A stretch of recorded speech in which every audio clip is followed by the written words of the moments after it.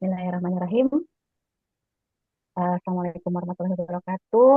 Salam sejahtera bagi kita semua. Waalaikumsalam. Salam swastiastu, nama budaya, salam kebajikan. Selamat malam teman-teman yang sudah bergabung. Terima kasih sudah menyediakan waktunya untuk hadir di diskusi online temu sejarah pada kesempatan malam hari ini.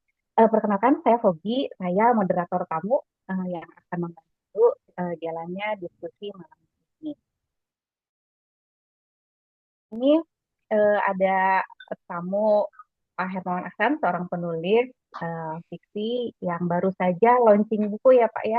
Sudah hadir di antara kita Pak Hermawan Aksan sebagai narasumber kita.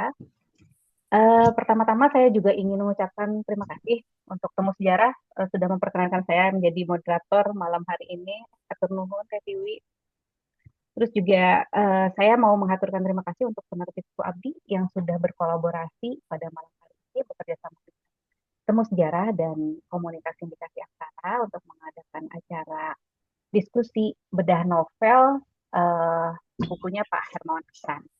Nah, pada diskusi malam hari ini kita akan membahas sebuah novel yang baru saja launching berjudul Muhibah Cinta di Selat Malaka karya Pak Hermawan Aksan. Muhibah Cinta di Selat Malaka ini adalah karya fiksi yang berangkat dari catatan perjalanan beliau ketika beliau mengikuti Muhibah Budaya Jalur Rempah tahun 2024. Nah, baru saja ya berarti bulan Juli ya kalau nggak salah. Nah, Muhibah Budaya Jalur Rempah ini merupakan program tahunan Kementerian Pendidikan Kebudayaan, Riset dan Teknologi menggunakan kapal Republik Indonesia KRI Dewa Ruci sebagai medium pelayaran gitu ya, mengundang beberapa tokoh, beberapa peserta yang menyusuri rute jalur rempah wilayah barat Indonesia, mulai dari Jakarta, terus kemudian Belitung Timur, Dumai, Sabang, juga titik-titik lain hingga menjangkau wilayah Malaysia. Nah, Muhibah jalur rempah ini bertujuan diadakan oleh Kementerian Kebudayaan itu untuk mengangkat jalur rempah sebagai warisan dunia gitu ya. Itu yang tertulis di beberapa skrip UNESCO yang sekaligus memperkuat diplomasi budaya dan konektivitas kebudayaan gitu ya di negara kita gitu ya, khususnya dalam konteks dunia Melayu.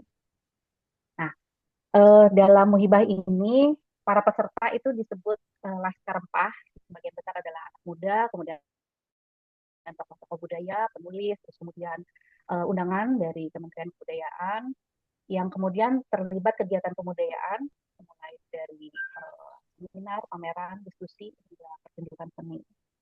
Nah, seluruh rangkaian kegiatan dari Muhibah Jalur Rempah ini diselenggarakan pada Juni hingga Juli 2024. Mengusung tema jalur rempah dan konektivitas kebudayaan Melayu. Nah, yang menarik adalah dari perjalanan ini Pak Hermawan Aksan menuliskan kisah perjalanannya ke dalam sebuah novel fiksi yang nanti akan kita sama-sama diskusikan pada malam hari ini berjudul tadi ya Muhibah Cinta di Selat Malaka. Nah, Muhibah Cinta di Selat Malaka ini mungkin ada nanti kita tanyakan kepada beliau ada hal-hal personal yang mungkin uh, membuat beliau merasa tertarik untuk menuangkan perjalanannya mengikuti acara itu ke dalam narasi fiksi gitu ya. Karena yang saya baca dari karena saya sebetulnya bukan sejarah entusias, tapi ketika membaca narasi deskriptif yang Pak Hermawan Aksan tuangkan, ini tuh bisa dibaca tidak hanya oleh apa namanya sejarah entusias, tapi juga masyarakat secara umum gitu. Dari konteks-konteks sejarah yang beliau paparkan dengan sangat halus, dengan sangat apa ya deskriptif, banyak hal Pak Hermawan Aksan jadikan benang merah gitu untuk proses perjalanan selama beliau mengikuti MDJR ini. Nah, sebelum kita masuk lebih jauh ke diskusi novel ini, mungkin kita mengenal terlebih dahulu sosok penulisnya yang sudah hadir. Pak Hermawan Aksan ini lahir di Desa Jipang, Kecamatan Bantar Kaung, Brebes, Jawa Tengah. Ia dikenal sebagai salah satu penulis Indonesia yang produktif dalam kepenulisan ya. Beliau juga secara aktif menulis dalam dua bahasa sekaligus, gitu, bahasa Indonesia dan bahasa Sunda. Cerita-cerita pendek beliau yang dalam bahasa Indonesia sudah dimuat di berbagai media nasional. Sebenarnya di antara lain di Pikiran Rakyat, Suara Merdeka, Jawa Pos, Media Indonesia, Koran Tempo, serta Koran Indo. Oh, juga di majalah Sastra Horizon.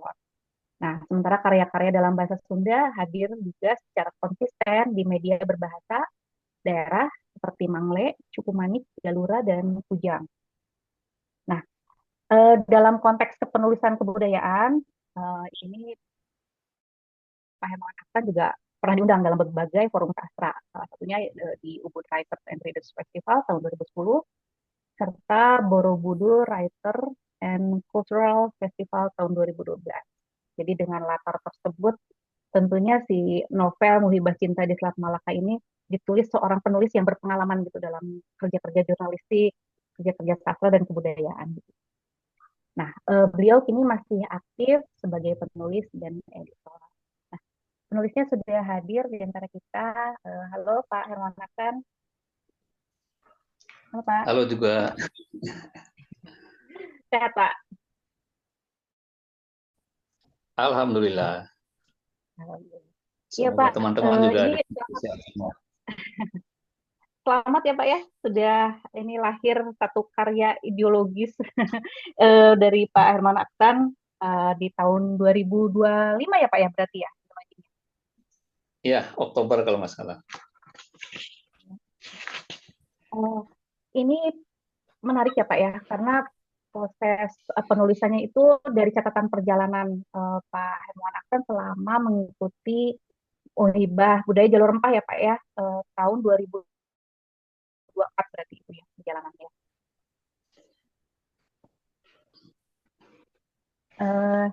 Mungkin Bapak mau memaparkan apa sih Pak isinya di novel ini dan kenapa proses perjalanan selama Bapak mengikuti MBJR ini begitu menarik sampai akhirnya Bapak tuangkan ke dalam karya fiksi gitu Pak.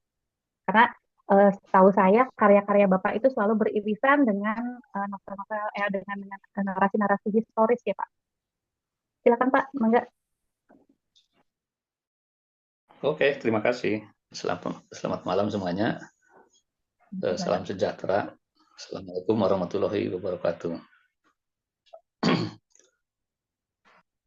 Kalau menceritakan kembali latar belakang itu sebetulnya ini ide membuat novel ini datang secara mendadak. Gitu. Tidak dari awal ketika hendak mengikuti Muhibah ya, Muhibah budaya. Waktu itu saya juga tidak menyangka akan mendapat undangan dari Depdiknas ya.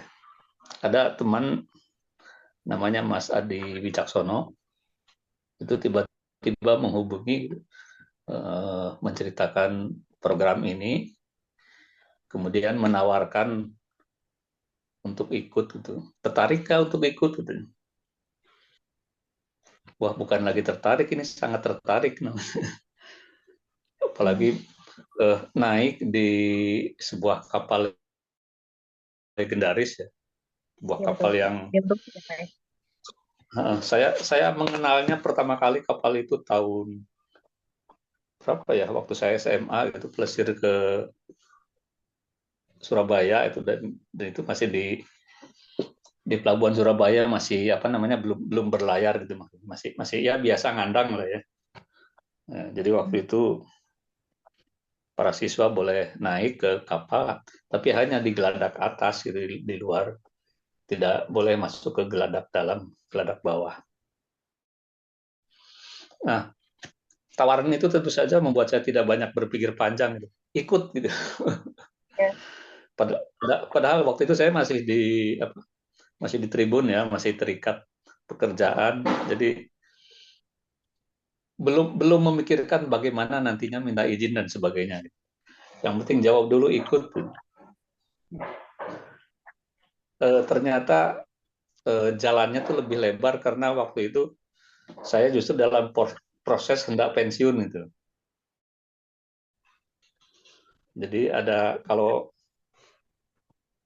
apa sih namanya istilahnya kalau kalau kalau tidak tidak masuk kerja tapi sebelum pensiun apa namanya?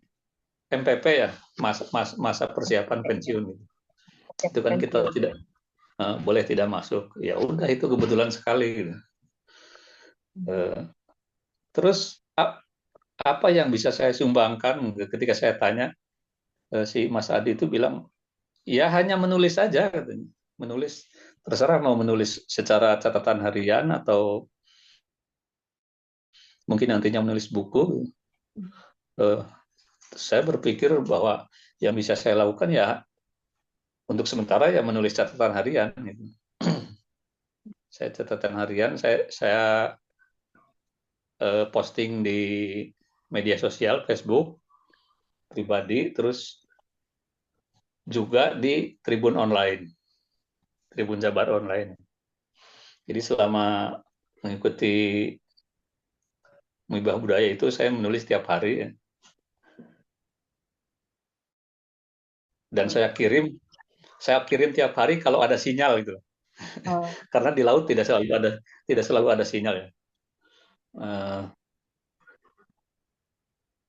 selama pulau masih kelihatan itu sinyal pasti ada gitu. Meskipun kadang-kadang uh, lemot gitu. Tapi kalau sudah di tengah laut sudah uh, tidak ada sinyal dan tidak bisa mengirim tulisan. Nah, setelah selesai acara menghibahnya, sebetulnya tugas saya ya sudah selesai gitu. Tapi saya berpikir kok sayang sekali kalau kalau catatan itu tidak dikembangkan gitu, tidak diapa-apain lah. Gitu. Si dari pihak Depdiknas sih, saya tidak tahu ada janji atau enggak gitu ya, bantuan gitu semacam bantuan. Saya pernah menanyakan ke Mas Adi ada enggak? Terus dia bilang, oh, nanti saya tanyakan karena si Mas Adi juga bukan bukan pegawai sih ya, bukan pegawai Depdiknas, dia mungkin semacam apa ya, konsultan atau apa. Tapi ternyata tidak ada kabar lagi gitu. Akhirnya saya pikir ya udah saya olah sendiri aja gitu. Dengan memasukkan apa namanya tokoh-tokoh imajinatif gitu, dimasukkan ke deretan fakta gitu, jadi digabung dan ya hasilnya seperti itu meskipun rasanya masih banyak kekurangannya gitu. Begitu mungkin ya benar. kisah singkat. Ya, kita ngobrol aja ya Pak ya. Eh, Oke, karena santai ini aja. karena ini karya fiksi ya Pak ya. Si proses pembuatan atau proses kreatifnya itu ada catatan perjalanan yang Bapak tuliskan. Berarti itu Bapak tuliskan setiap berapa hari sekali Pak di upload gitu ke kolom. Berarti kolom khusus ya Pak ya catatan perjalanan gitu. Di Tribun Jabar ya Ya Pak. di Tribun Jabar itu online ya, di online bukan bukan dicetak. Online. Tribun Jabar online itu karena lebih mudah, bisa bisa apa namanya tiap hari juga bisa gitu, bisa muncul gitu kalau kalau memang saya bisa mengirim tiap hari gitu. Kalau dicetak kan mungkin lebih lebih susah. Repot. Ruangan dicetak itu lebih lebih sempit gitu lah istilah. Ya, ya betul. Untuk proses kreatif Pak, berapa untuk khusus untuk novel ini ya Pak ya? Hmm. Berapa persentasenya Pak? Fiksi dan riset dan fakta. Waduh, fiksi dan fakta itu saya nggak bisa menghitung ya. Tapi kalau kira-kira ya, yang jelas bab pertama itu fiksi ya, Ya, berjudul yang Pertengkaran. dilema itu Nah, ya Pak ya, yang dilema itu, si dilema tokoh keberangkatan. uh, si tokoh aku dan pacarnya lah istilahnya ya, bertengkar gara-gara eh, hendak mengikuti muhibah selama 20 hari dan melewatkan acara ulang tahun si pacar itu. Si pacarnya itu marah kan. Nah, itu jelas 100% fiktif lah. Terus ya tokoh tokoh berikutnya itu ya Nyata semua ya Pak ya? Karena ini semua penulis-penulis yang saya kenal juga. Ada Mimi, ya ada Yudi. itu semua tokoh nyata. Mimi Mimi Yudi terus siapa lagi ya?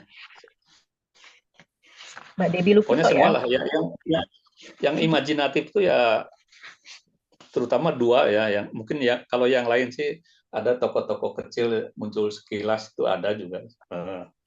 Misalnya anggota Laskar Rempah yang didekati ketika digeladak ke atas malam-malam lah itu juga fiktif. Eh, Jelas tokoh-tokoh yang imajinatif itu yang di pertengkaran dan tokoh yang kemudian si tokoh aku itu berusaha mendekati gitu loh. Jadi ada semacam kisah di sepanjang perjalanan. Meskipun tidak seluruh perjalanan ya, karena si tokoh itu juga tidak ikut terus-menerus gitu. Mhm. Kenapa novel Pak? Kenapa akhirnya Bapak, karena kan saya tahu juga Bapak tuh tidak hanya menuliskan buku-buku fiksi ya Pak ya. Kenapa Mm-mm. Bapak memilih novel, memilih fiksi gitu untuk mencatat perjalanan? Karena kan ini perjalanan penting gitu ya Pak. Kenapa yang Bapak Mm-mm. pilih fiksi gitu? Eh, Mungkin karena ini ya, kalau kalau dalam bahasa yang lebih mudah, kayaknya menulis novel lebih mudah daripada menulis non fiksi gitu. Itu aja sih sebetulnya. Dan Atau karena kebetulan nyampe ke ya, pembaca, nyampe ke pembaca lebih ini mungkin ya Pak, lebih lebih mudah gitu, apa gimana? ya harapannya sih seperti itu gitu. Saya sebelumnya membaca buku novel ya, novel barat itu bercerita tentang kisah romance dalam perjalanan juga gitu. Tapi itu bukan di kapal ya, tapi di bis gitu, di bus. Saya lupa judulnya, tapi itu berkesan juga gitu. Rasa ketika saya selesai mengikuti ini, kenapa tidak kalau kalau saya mengambil idenya itu seperti itu gitu. Jadi ada semacam kisah romance dalam perjalanan. Gitu. Mungkin itu juga yang memicu lebih cepat gitu untuk menulis, untuk memutuskan udah jadikan novel aja gitu. Kembali ke ini Pak, kembali ke Muhibah Budaya ya, ke MBJR ini. Itu kan proses perjalanan berarti berapa ini ya Pak, berapa undangan ya? Banyak juga ya Pak ya, ratusan. Hmm, MBJR itu dibagi menjadi 3 batch ya, 3 etape. Gitu.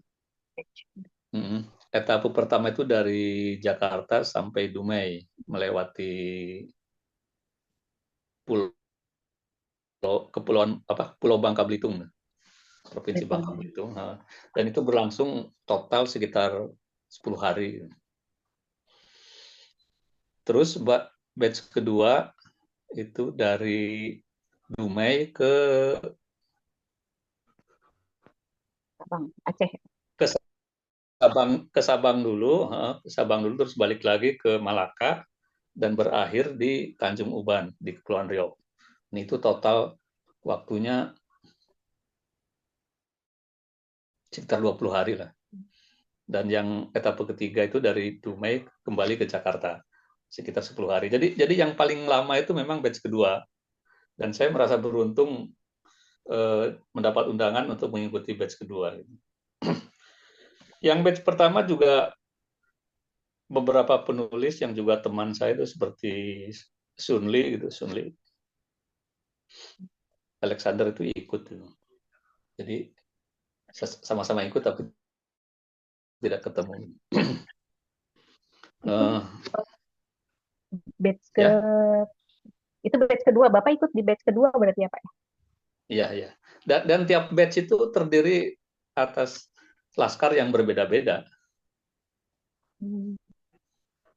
Masing-masing mempunyai laskar sendiri yang jumlahnya yang berdasarkan apa namanya lamaran ya, lamaran. Kalau saya dengan dari media dan para ahli itu kan berdasarkan undangan. Nah itu sekitar berapa ya? Sekitar 50 mungkin ya kalau total itu. Satu batch itu. Laskarnya, laskar rempahnya. Sementara undangan ya sekitar 20, jadi total 70 gitu. Masing-masing sama Untuk jumlahnya kira-kira. ya, untuk jadi kriterianya apa sih Pak untuk jadi undangan? Apakah ada seleksi, kurasi terlebih dahulu gitu peserta yang Kalau hadir di setiap batch ya Pak?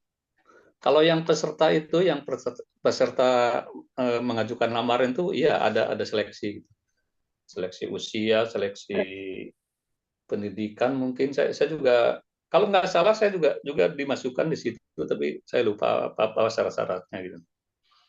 Hmm. Tapi jelas ada seleksi dan eh, pendaftarnya bisa sampai ratusan gitu. Dan ya Eh, boleh dikatakan mereka orang-orang yang terpilih gitu. Terpilih ya, ya kalau kalau lihat daftarnya juga iya ya Pak ya, maksudnya perwakilan dari berbagai ini elemen juga ya, budaya gitu, ada mahasiswa juga ada ya Pak ya. Mahasiswa, terus Ada mahasiswa jurnalis, ada. terus ya mungkin teman-teman ini berarti berapa tahun sekali Pak? Setiap tahun? Kalau yang saya tahu 2023 itu ada dari 2022 2023 itu ada kalau nggak salah, tapi di daerah timur itu, jadi menyusuri laut. Ada yang sekitar Sulawesi ada. Saya juga kurang begitu hafal ya. Terus yang sebelumnya mengarungi Laut Jawa kalau nggak salah terakhir. Nah, yang saya ini yang barat tuh bisa dikatakan yang paling terakhir ya. Saya tidak tahu apakah tahun-tahun lalu itu ada atau enggak, itu kurang mengikuti. Tapi kayaknya tidak ada. Gitu. Saya malah baru tahu yang 2024 waktu Pak Hermawan kan ikut. Karena kan memang lumayan ya itu banyak apa budayawan, terus jurnalis, juga penulis-penulis yang cukup dikenal ya Pak ya. Karena terus juga exposure di media juga lumayan besar gitu. Nah, sekarang ke KRI Dewa Ruci gitu Pak. Kan KRI Dewa Ruci ini kan apa ya? Bapak menuliskan detail-detail teknis gitu. Apakah ini ada hubungannya dengan apa ya? Sejarah kemaritiman misalnya Pak? Dan kenapa eh, Bapak menganggap apa ya teknis-teknis yang Bapak tuliskan gitu, detail-detail narasi yang Bapak tuliskan mengenai KRI Dewa Ruci ini sepertinya penting gitu Pak untuk diketahui orang banyak gitu. Apakah ini ada hubungannya dengan sejarah kemaritiman kita gitu? Mm-hmm. Mungkin bisa dijelaskan oleh Bapak karena kan mungkin teman-teman juga belum baca juga ya Pak ya. Saya hanya melihat bahwa kapal Dewa Ruci ini dilihat dari sejarahnya itu sangat penting ya dalam dalam Angkatan Laut Indonesia. Dan ini termasuk istimewa karena sudah tua dan sudah tua itu diluncurkan pertama kali tahun 53, jadi sudah 70 sekian tahun dan masih bisa berlayar gitu. Pabriknya itu pabrik kapal ini di Ya, Jerman. Jerman. Waktu itu membuat kapal yang sejenis ada 3 gitu, termasuk Dewa Ruci. Nah, yang 2 itu sudah nggak ada, sudah nggak ada lagi, sudah nggak bisa berlayar gitu. Tinggal Dewa Ruci sekarang. Itu menurut saya merupakan salah satu kebanggaan Angkatan Laut, setidaknya Angkatan Laut Indonesia sudah bisa menembus apa namanya, berlayar di Atlantik, terus di Atlantik Pasifik, jadi keliling dunia lah pernah gitu, sampai tiangnya patah karena ombak dan sebagainya. Berarti nggak semata-mata sarana transportasi ya Pak, ya, tapi juga ini apa artefak sejarah gitu ya Pak ya, KRI Dewa Ruchi Enggak, juga. ini memang bukan kapal transportasi ya, ini kapal latih lah Perjalanan, istilahnya. apa perjalanannya. Kapal latih Angkatan Laut Republik Indonesia. Hmm. Ini Bapak menuliskan sangat detail gitu. Mungkin akan sedikit saya bacakan gitu ya dari narasi yang Pak Hermawan Aksan tuliskan di dalam bukunya mengenai teknis bagaimana KRI Dewa Ruchi ini melakukan perjalanan sampai berapa sebenarnya kecepatan KRI Dewa Ruchi ketika melaju dari Dumai ke Sabang. Bapak sampai menggunakan perhitungan ya Pak, ya. Iya. Ambil saja jarak antara keduanya 830 km dan waktu tempuhnya mulai Rabu 19 Juni 2024 pukul 9 hingga Sabtu 22 Juni 2024 dini hari. Jadi sekitar 63 jam. Bapak mau melakukan perhitungan teknis gitu ya Pak di sini. Jadi menarik gitu karena kan ini dalam narasi buku fiksi ya Pak ya, yang Iya. saya personal secara pribadi gitu menyukai apa namanya cara Bapak menuliskan itu tidak menggurui dan tidak tidak membosankan karena memang memang narasinya halus begitu menumpahkan ke dalam bentuk fiksi gitu. Terus kemudian di sini juga sampai Bapak tuh menjelaskan mengenai Lego jangkar ya Pak ya. Seperti apa sih apa namanya si awak apa namanya menggerakkan kapal ini gitu sampai setiap perjalanan itu secara detail sampai tepat waktu gitu. Menarik sih. Uh, uh, ini kayaknya tidak semata-mata novel fiksi, tapi juga menurut saya sebuah apa ya catatan perjalanan sejarah yang penting gitu karena memang timeline Bapak menulis pun tidak di masa lalu tapi masa kini gitu jadi ada proses apa ya menerawang gitu Pak menerawang oh iya sepertinya dulu tuh jalur rempah tuh seperti ini gitu Hmm. menarik sih teman-teman. Nah terus ada beberapa detail lagi Pak di sini Bapak menuliskan tentang lonceng Cakradonya Pak. Agak agak naratif sekali di bagian ini Pak.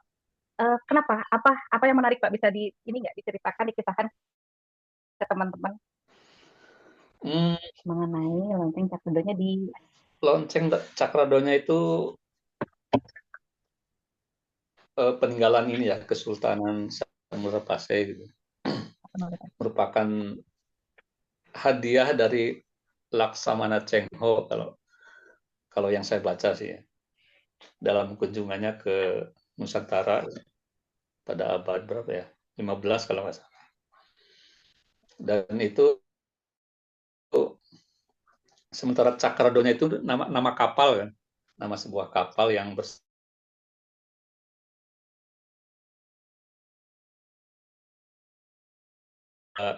Dewa Ruci gitu.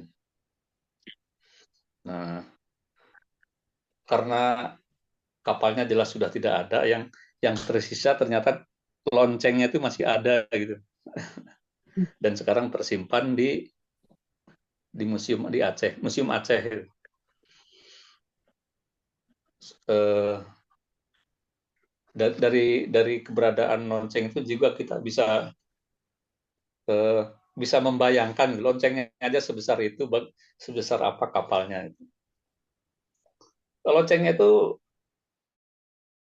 berapa meter ya? Ya mungkin setinggi, karena menggantung ya saya tidak bisa mengukur kira-kira berapa tingginya, tapi ya mungkin setinggi manusia lah, setinggi manusia lah.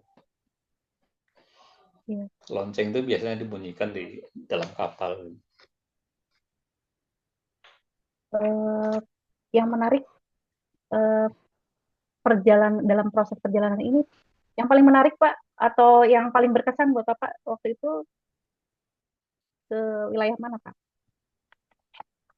Hmm, susah juga untuk menilai karena hampir hampir semua yang disinggahi ya menarik ya. Seperti di Aceh kita masuk Museum Tsunami, terus mampir juga di masjid yang bersejarah Baitur Rahman sampai di Gubernuran. Terus kemudian di Subang, di Sabang, kok Subang sih? Sabang itu mengunjungi berbagai benteng ya, benteng peninggalan sejarah juga, benteng peninggalan tentara pendudukan Jepang waktu itu. Misalnya benteng namanya Benteng Anu Hitam, terus ada Benteng Mateo juga peninggalan peninggalan tentara Jepang. Kemudian banyak bangunan yang masih tercatat di dalam pelangnya itu dibangun tahun 1900 sekian gitu. Ada rumah sakit kuno juga di situ yang dibangun abad 19, akhir abad 19. Dan berakhir, kalau di Sabang itu berakhir di Tugu 0 kilometer.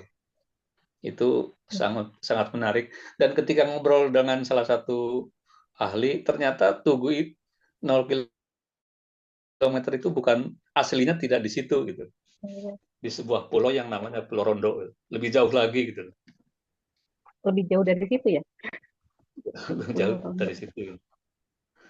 Kemudian di Malaka juga menarik karena kami juga mengunjungi beberapa tempat bersejarah seperti Bukit Melaka ya, tempat bekas benteng Portugis yang di sana juga terdapat peninggalan seperti makam dan sebagainya. Terus yang terakhir di Kepulauan Riau, jadi di apa namanya Tanjung Uban, kami pergi menyeberang ke Pulau Penyengat. Itu Pulau Penyengat itu tempat beradanya makam pahlawan Raja Ali Haji, pahlawan nasional dan sastrawan itu yang menjadi peletak dasar bahasa Indonesia. Punya makam keluarga Raja Disebutkan Ali Haji itu di situ. ya, disebutkan juga sih di profil ini Bapak punya waktu di Malaka itu menyinggung soal filologi ya Pak, soal tradisi apa namanya filologi di sana, puisi, sastra gitu ya di Malaka, dan kenapa kecenderungan orang sana itu memiliki tata bahasa yang seperti itu, yang sampai sekarang juga masih masih digunakan ya Pak ya, masih digunakan. Punya ketertarikan khusus nggak Pak waktu Bapak menuliskan kenapa eh, filologi di Malaka ini eh, sepertinya warisan gitu, jadi warisan bahasa yang memang harus orang-orang sekarang tahu gitu Pak. Ada hal penting yang bisa Bapak sampaikan nggak mengenai tradisi filologi ini Pak? Hmm, saya sebetulnya yang tertarik itu bukan dari sisi sisi itunya ya, tapi bahwa orang Malaysia itu eh, apa namanya sebetulnya Indonesia itu lebih beruntung karena punya lebih banyak tokoh pahlawan ya, tokoh sejarah yang benar-benar nyata dan eh, ya kalau soal kekayaan sih lainnya. Di Malaysia itu ada tokoh yang benar-benar di katakanlah di sangat disanjung-sanjung, yaitu Hang Tuah gitu. Eh, ketika lucunya ketika saya ngobrol dengan seorang ahli dari yang ikut di kapal, orang orang Malaysia tuh bohong katanya. Jadi tapi saya melihat sisi lainnya gitu. Mereka itu sangat menghargai peninggalan sejarah dan meskipun kadang-kadang narasinya berlebihan gitu.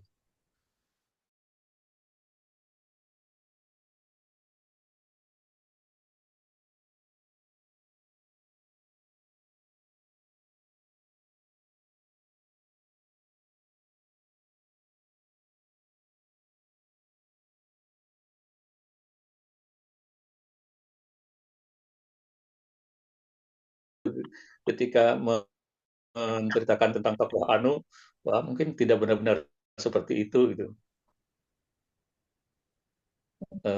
Ya begitulah setidaknya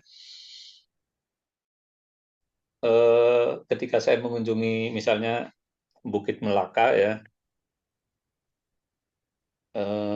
di dekat Bukit Melaka itu ada replika istana itu, istana kerajaan, apa ya dulu yang di pokoknya kerajaan Malaka lah di situ, dan masih terus dipelihara dan menjadi objek wisata yang menarik gitu. Itu Bapak Itu yang menurut saya lebih jadi saksi, Bapak melihat langsung apa namanya naskah, manuskrip sama jejak teks-teks lama ya Pak ya dari situ ya di Malaka. Beruntung sekali ya Pak ya perjalanannya. oh enggak sih Oh, dari orang-orang. enggak sempat melihat teksnya. Terus ini Pak, ada yang menarik nih, satu bab mungkin di luar konteks ya Pak ya. Ada judul bab kalau sinyal hilang berarti sudah mendekati Medan. Itu gimana Pak? Itu kenapa? Itu sebetulnya candaan ya, candaan dari seorang teman gitu. Nah, saya jadikan judul aja. Hmm. Ya itu dari berdasarkan pengalaman aja. Bentar. Saya lupa judulnya. Apa tadi judulnya? Kalau sinyal hilang berarti sudah mendekati Medan. Itu perjalanan Bapak hari Kamis 27 Juni 2024. Halaman 137, Pak. Oh iya ya. Nah, Ini lucu. ya itu memang pengalaman ya, pengalaman ketika berlayar dan ketika mendekati Medan, meskipun pulaunya itu kelihatan ya, daratan kelihatan, tapi kok sinyal susah banget itu.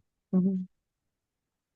Kan secara umum ya dalam perjalanan seperti juga dikatakan oleh para awak kapal, pokoknya yang penting kalau daratan kelihatan sinyal pasti ada gitu. Tapi anehnya ketika mendekati Medan tidak gitu. Saya juga tidak tahu kenapa seperti itu. Mungkin di sana ya aneh juga kalau tidak ada apa namanya tower-tower dan sebagainya.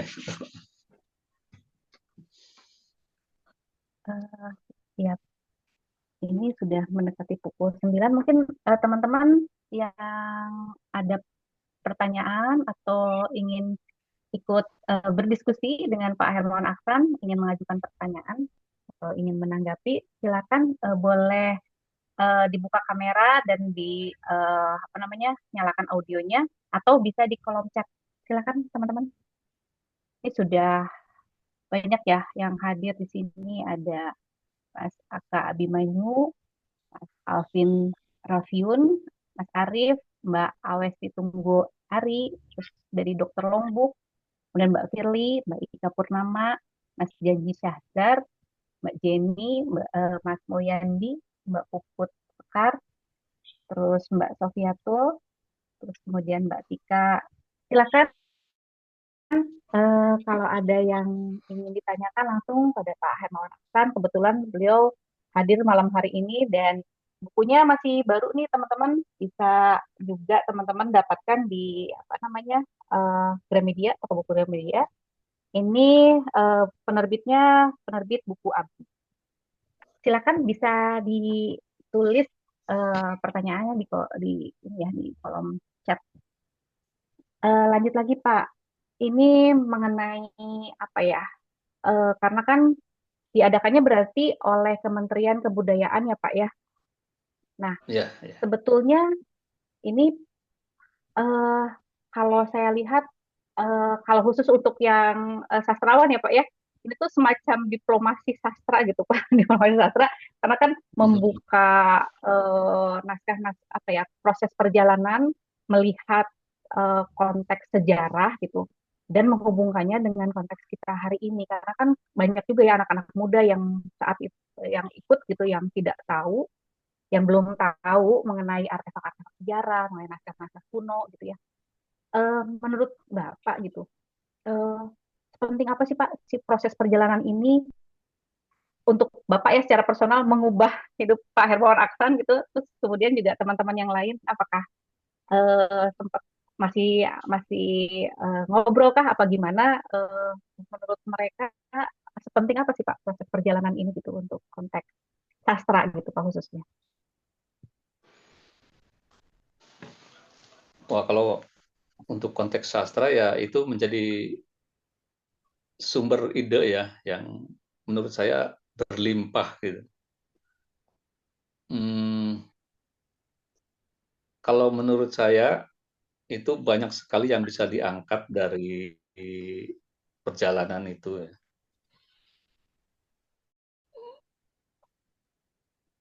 Tentu dari kisah tentang kapal itu sendiri, Dewa Ruci, terus kisah tentang tempat-tempat yang dilewati, yang disinggahi,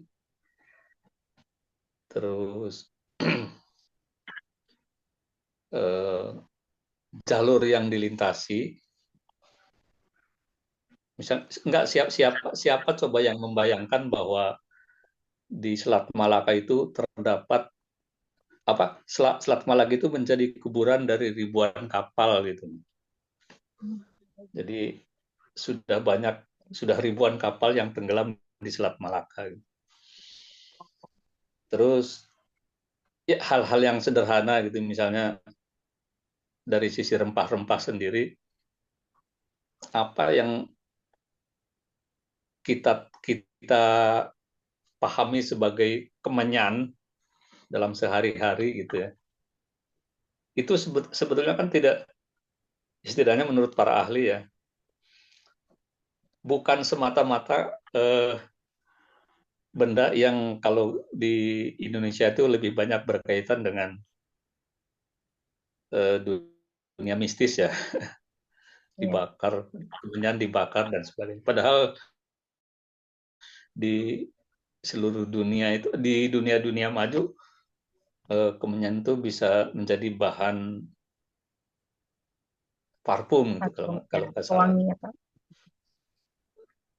Ini ada pertanyaan dari Banyak, di kolom chatnya Pak ya.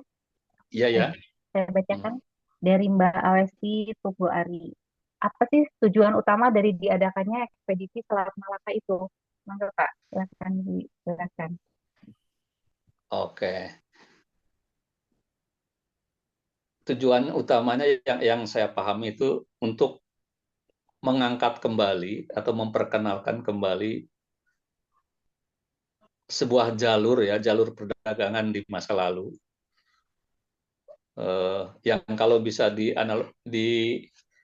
dibandingkan ya dengan misalnya dengan jalur jalur sutra gitu ya dari Cina, India gitu dan seterusnya. Sementara kita juga punya jalur yang disebut jalur rempah gitu. Waktu itu perdagangan rempah berlangsung di Nusantara ya.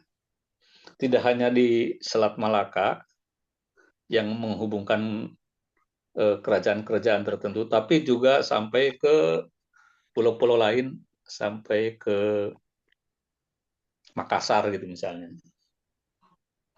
Itu jadi memperkenalkan kembali dan nantinya eh, berusaha untuk diakui oleh UNESCO gitu. Jadi ini sebagai apa namanya ya cagar budaya atau apa gitu lah. Saya kurang paham namanya. Jadi eh, merupakan kekayaan budaya Indonesia yang diakui oleh dunia gitu. Seperti itulah kira-kira.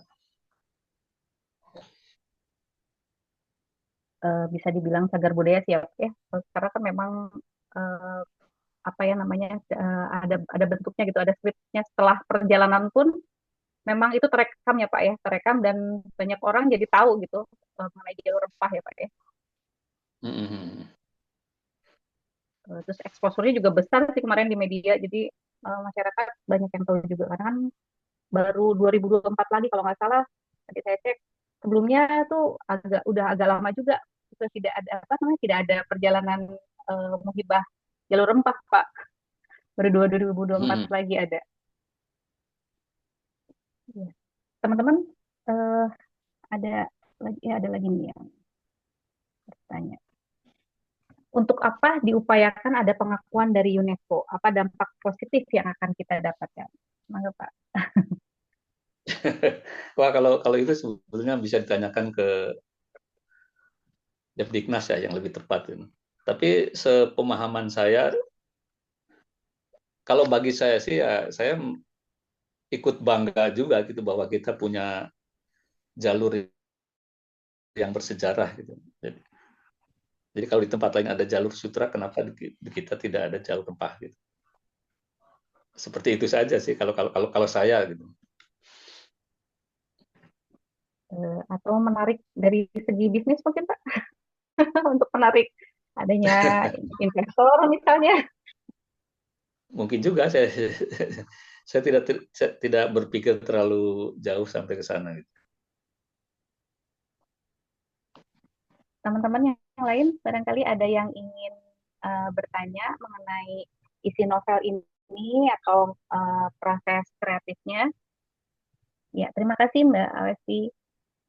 eh, Mengenai isi dari novel ini, terus kemudian bagaimana proses perjalanannya Pak Hermawan Aksan selama berada di sana. Eh, jadi sebetulnya secara keseluruhan ya Pak ya, dari batch 1, 2, dan 3 itu berapa hari ya berarti perjalanan KRI Dewa Ruci kemarin itu? Totalnya Juni ke berarti ya. Juli, 1 bulan. Hmm, Totalnya berarti sekitar 40 hari 40 hari dibagi dalam 3 batch total. ya Pak ya. Ya, ya. Batch 2 yang batch yang paling panjang. Iya, itu laskar rempah di tiap-tiap batch itu berbeda ya Pak ya komposisinya. Ada yang budayawan, ada yang mahasiswa, atau memang sama rata Pak porsinya. Sama-sama. Sama. Jadi yang dimaksud jalur rempah itu yang dari para pendaftar gitu ya. Ada mahasiswa, Ya. ada yang baru lulus, ada yang pokoknya semuanya masih muda gitu. Paling paling tinggi usianya 40 tahun kalau nggak salah. Paling paling muda itu sekitar 21 tahun. Itu total sekitar 50 orang. Nah, yang pendukungnya itu seperti penulis, jurnalis, terus para pakar, itu katakanlah sebagai laskar pendukung saja gitu. Oh iya ya. Jumlahnya sekitar 20 orang. Ini tadi dari Mbak Awesti, saya sudah pesan novelnya dari marketplace. Terima kasih Mbak Awesti. Ya, penasaran juga ya Pak dengan proses perjalanannya yang Bapak tuliskan di novel ini. Ya, eh, teman-teman yang lain silahkan barangkali ada yang ingin ditanyakan pada Pak Hermawan Aksan, entah itu tentang novelnya atau juga proses perjalanannya. Silakan, atau ingin berbagi mungkin ada teman-teman yang pernah ikutan juga atau ada yang berasal dari wilayah yang dikunjungi oleh Pak Hermawan Aksan mungkin. Nah, itu menarik Silakan. gitu. Ya, barangkali ada yang ingin dibantah, tidak seperti itu sebetulnya.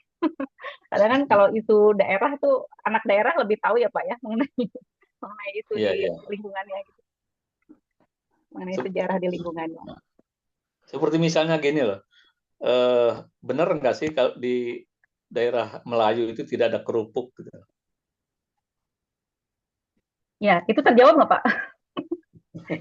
Atau mitos saja? Ya, bukan maksud saya sepanjang perjalanan Ah, di Muibah itu, tiap daerah-daerah Melayu itu tidak ada, saya tidak menemukan kerupuk gitu.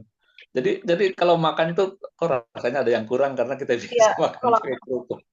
biasa pakai kerupuk. Hmm. Itu emang beneran ya Pak ya? Emang nggak ada kerupuk ya? Yang Enggak, dimasak. saya tidak menemukan sepanjang. Ya. Eh, Tapi jadi kalau memang nggak enak. masakannya itu rempahnya tuh kuat-kuat kayak di Ya.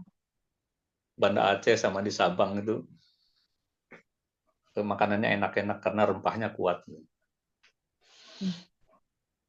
Pak, dari perjalanan ini, MBJR 2024 ini, outputnya apa sih Pak? Berupa naskah atau apa ya? Naskah akademik kah atau apa? Karena kan memang yang diikut sertakan banyak budayawan, banyak peneliti ya Pak ya, banyak jurnalis juga gitu. Outputnya sebetulnya apa ya Pak ya? Kementerian Kebudayaan mengadakan perjalanan ini. Ya kalau dari para penulis memang yang diharapkan ya tulisan-tulisan baik berupa artikel di media maupun buku gitu ya. Teman saya juga Yudi itu sudah MBJR. menerbitkan buku berdasarkan MPJR ini. Satu kalau nggak salah saya, kalau nggak salah ingat. Eh, Kemudian setahu saya yang dari Laskar Rempah sendiri yang diharapkan itu adalah karena mereka kebanyakan generasi ini ya, generasi Gen Z gitu, dan generasi milenial. Gitu. Mereka diharapkan membuat banyak konten video gitu, tentang Hmm. perjalanan itu. Dan yang saya lihat memang banyak yang membuat konten gitu di sepanjang perjalanan. Ya mungkin harapannya memang eh, apa namanya di Muhibah ini proses perjalanan menyusuri jalur rempah ini memang akhirnya bisa disampaikan ke publik gitu ya Pak. Lewat kacamata yang berbeda, mungkin budayawan seperti apa gitu, teman-teman Gen Z seperti apa gitu ya, karena kan ya konteksnya mungkin akan berbeda gitu, akan variatif sekali ya Pak ya. Saya Iya, iya, sempat iya, cek seperti juga itu.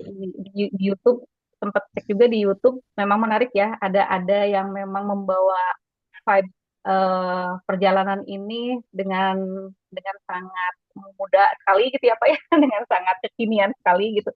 Kalau tulisan-tulisannya Pak Herwan Ahsan, Mas Yudi Heribowo kan lebih ke sastrawi gitu. Mungkin ya ada ininya lah, ada pasarnya gitu untuk menyampaikan ini. Mungkin Masing-masing memang kalau sengaja variatif ya Pak ya. iya, Memang iya. sengaja mungkin Kemendikbud juga mengundang secara variatif mungkin ya Pak ya. Oke, Iya, iya. teman-teman barangkali ada lagi yang mau bertanya. Nah, untuk pemesanan novel ini barangkali ada teman-teman yang tertarik. Ya, novel ini sudah tersedia di Gramedia, di toko buku Gramedia, offline maupun online. Terus kemudian juga bisa di marketplace penerbit buku Abdi ya, Pak ya. Boleh dicek. Eh, jadi waktu proses kreatif, Pak, kembali lagi ke proses kreatif, penulisan naskah ini. Jadi Bapak sama sekali belum terpikirkan akan menuliskan novel gitu, Pak, selama perjalanan di sana. Atau memang sudah punya niatan sebelumnya? Oh, saya akan Belum, menulis belum novel sama. nih, jadi digas ya.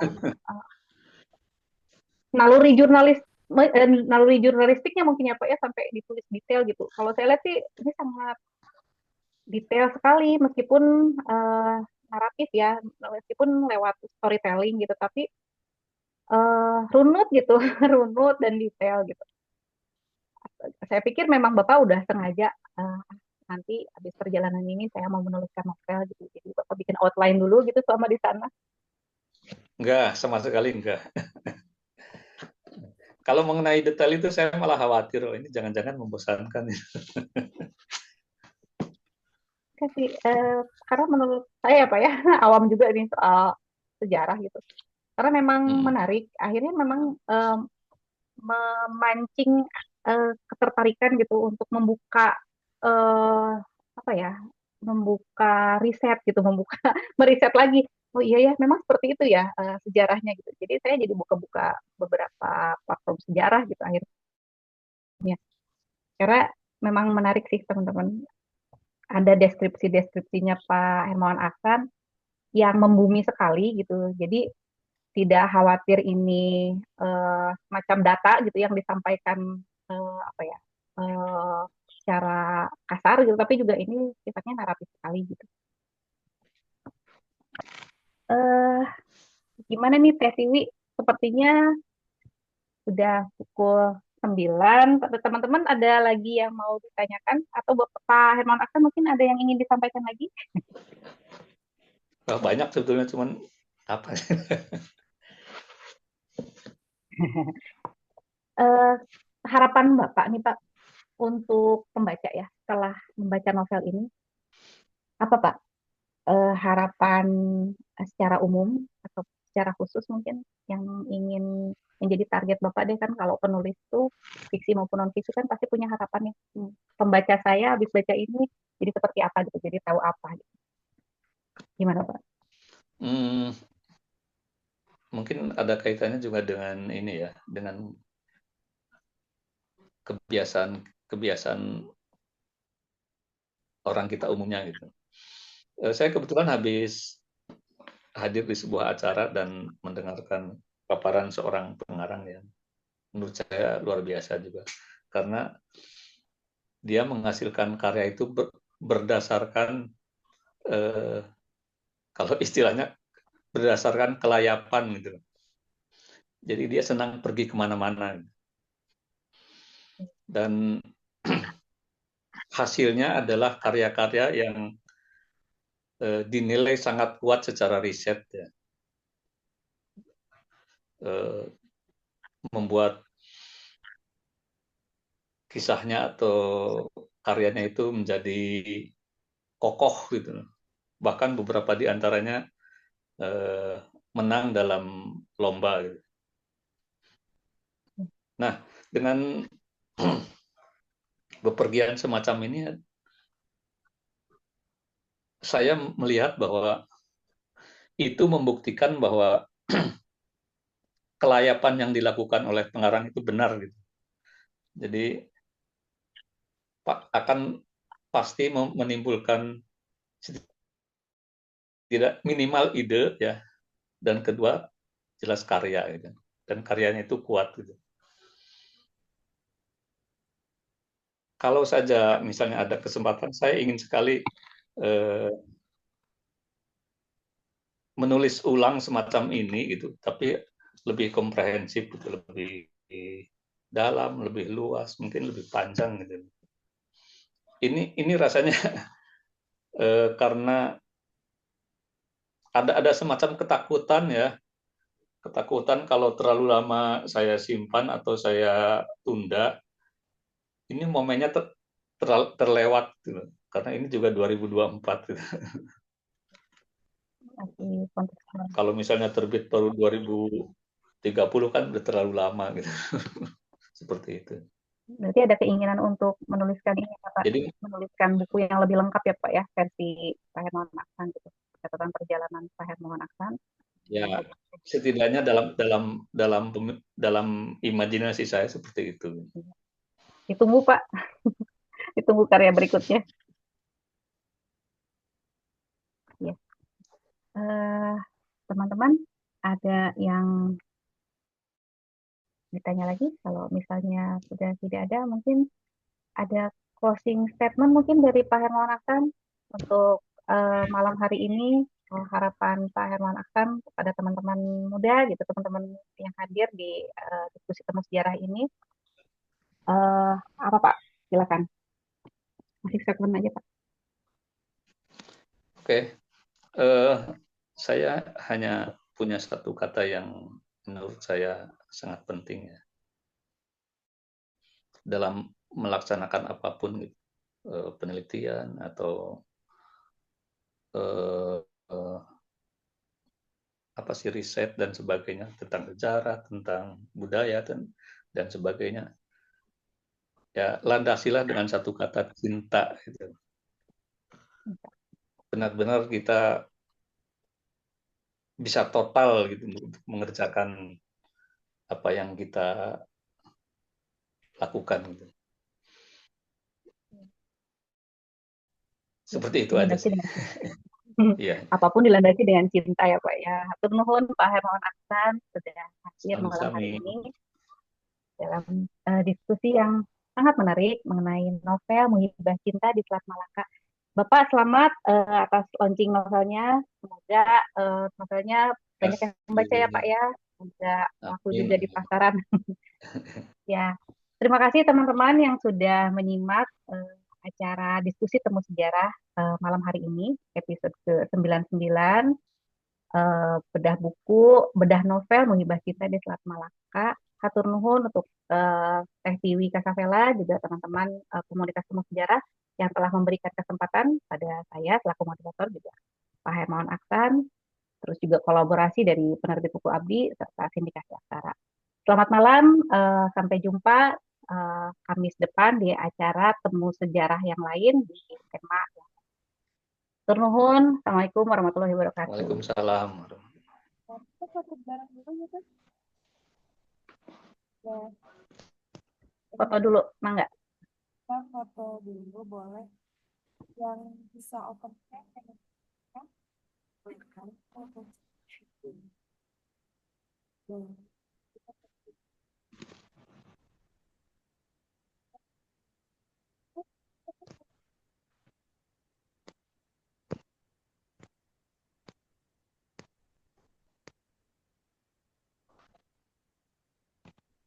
Baik, terima kasih teman-teman, selamat malam. Beristirahat. Salam. Nuhun Tiwi. Terima kasih Pak Hermawan Aksan, Teh Hogi, Sindikasi Aksara. Sama-sama.